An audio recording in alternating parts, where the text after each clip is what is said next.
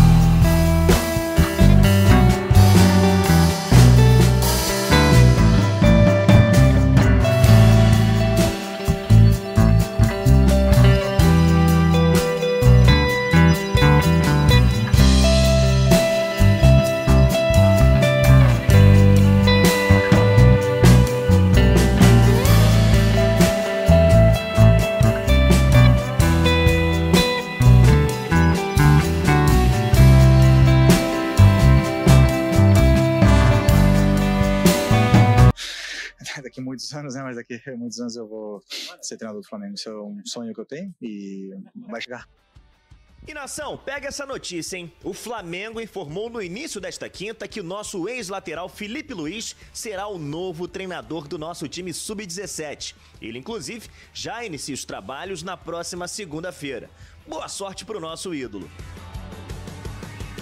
Só para terminar o noticiário carioca, o Felipe Luiz, que recusou o convite da seleção brasileira do Edinaldo, mais um não que o Edinaldo tomou na cara, só tomou o sim do Dorival.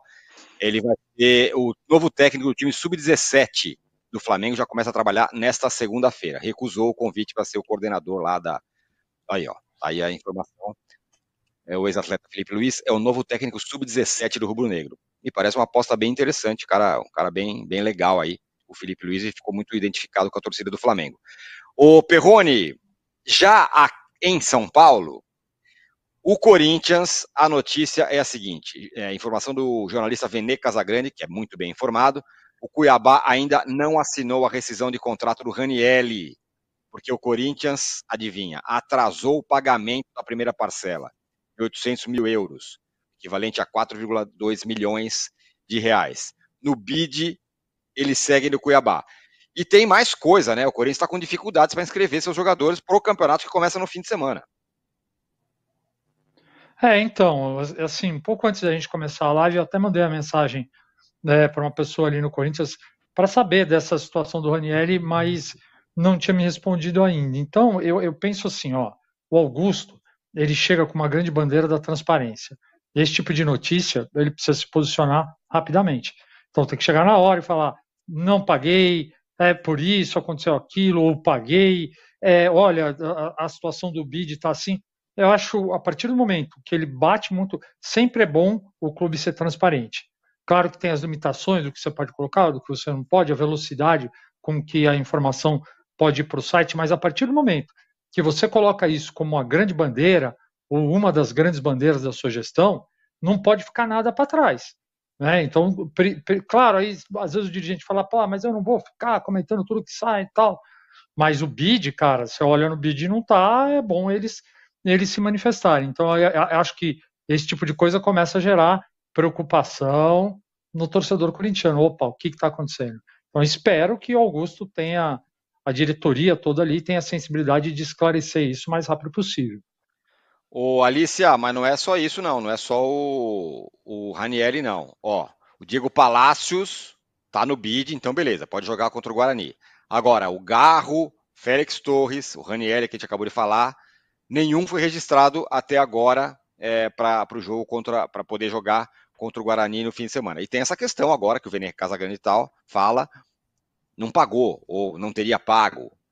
O Corinthians está às voltas com essas questões nesse começo de ano, né? Ele está contratando o mundo, fazendo um mercado europeu, mas vez ou outra tem ou não sei quem não pagou, se eu não vou liberar. O Corinthians tem um problema, para além dos seus problemas dentro de campo, de conseguir recuperar e voltar a vencer, voltar a conquistar títulos, o Corinthians precisa reconquistar a sua reputação no mercado.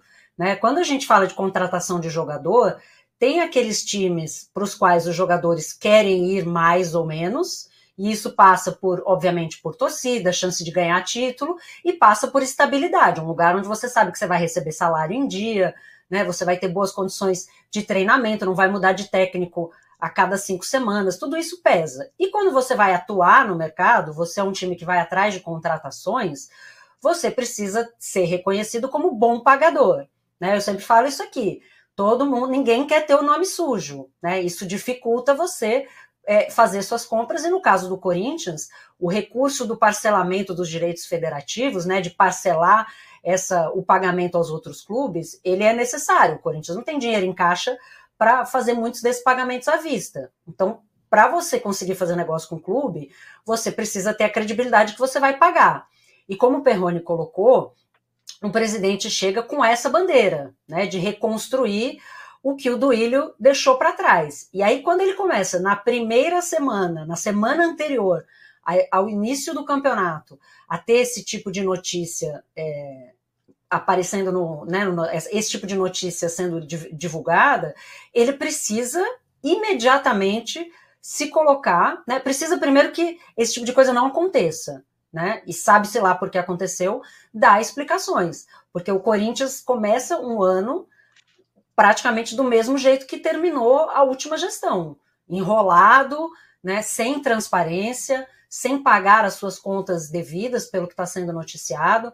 Então, não adianta você sair comprando, né? Sair fazendo um monte de contratações e não só não acertar as contas, como não pagar as suas contas. Então, muito pior do que não contratar é contratar e não pagar, né? Então, o Corinthians precisa tomar muito cuidado, essa gestão precisa se posicionar e vir com essa transparência para explicar o que está acontecendo, porque tudo que apareceu de notícia do Corinthians desde o começo do ano em relação a contratações passa por algum tipo de divergência entre o que foi dito pelo Corinthians e o que é dito pelos clubes que estão do outro lado. Então, né, a gente teve essa questão com o PSG de não vai agora, vai depois, e aí, né, quando o Corinthians diz uma coisa e o clube do outro lado diz outra, é importante que a gente entenda onde está a verdade nessa história e o que está acontecendo no Corinthians, né, que vale dizer, é um clube que está envolvido até em caso de espionagem. Então, é bem complicado, é um início de ano turbulento que o Corinthians certamente não precisa. E tem o campeonato para começar no fim de semana, Júlio, e tem um time novo, praticamente, que o Mano vai ter que colocar em campo, e as voltas com essas questões de grana, fora de campo, tem a questão do Moscardo, que se ele não for, é uma grana que o Corinthians não ganha também, e imagino que estivesse contando com ela, sobretudo por causa do mercado absurdo, caríssimo que está fazendo. E aí? Tava no mudo aqui. Sim, e o estadual a gente sabe que pode atrapalhar nesse aspecto, né? Se você começa tropeçando muito, se começa falhando demais, os resultados acabam afetando e ampliando problemas, né? Os resultados ampliam esse tipo de discussão, esse tipo de problema, em vez de abafar um pouquinho. Acho só, Tirone, que essas questões que estão afastadas do elenco atual, né? Outra coisa é se os jogadores atuais não estiverem recebendo salário, mas não conseguiu inscrever não sei quem, não conseguiu pagar a dívida tal e tal. Eu acho que o campo acaba ficando um pouquinho blindado em relação a isso. Não acho que o Mano e que outros jogadores do atual elenco se sintam afetados por esse tipo de notícia. Não sei nem se chega neles esse tipo de notícia. Outra coisa, repito, é se o time atual tiver aí com muitos atrasos e por aí vai. Mas, Tirone, teve time no ano passado que estava atrasando também salário e pagamento e ganhou o campeonato, não teve? Enfim, teve. Às vezes... Está atrasando até hoje. Então, às vezes essas coisas passam. Eu acho que o Mano deve estar bem ciente da importância desses primeiros jogos do Campeonato Paulista como determinantes para que ele tenha paz no trabalho dele. O estadual, por um clube como o Corinthians, ele é muito perigoso. Para alguns outros, nem tanto, mas para o Corinthians, especificamente nesse ano, o estadual ele é muito perigoso e tem alguns que sabem disso, né? O Lázaro sabe disso, o Silvinho sabe disso, tem alguns treinadores aí dos anos recentes que sabem bem como o estadual pode atrapalhar a tua vida. Fala, nação rubro-negra! Vocês acham que o nosso ídolo, Felipe Luiz, vai ser um bom técnico e que num futuro próximo ele pode assumir o Mengão? Deixa aqui nos comentários se você gostaria de ver o Felipe Luiz como técnico do Flamengo em um futuro. Tamo junto, nação rubro-negra, e forte abraço.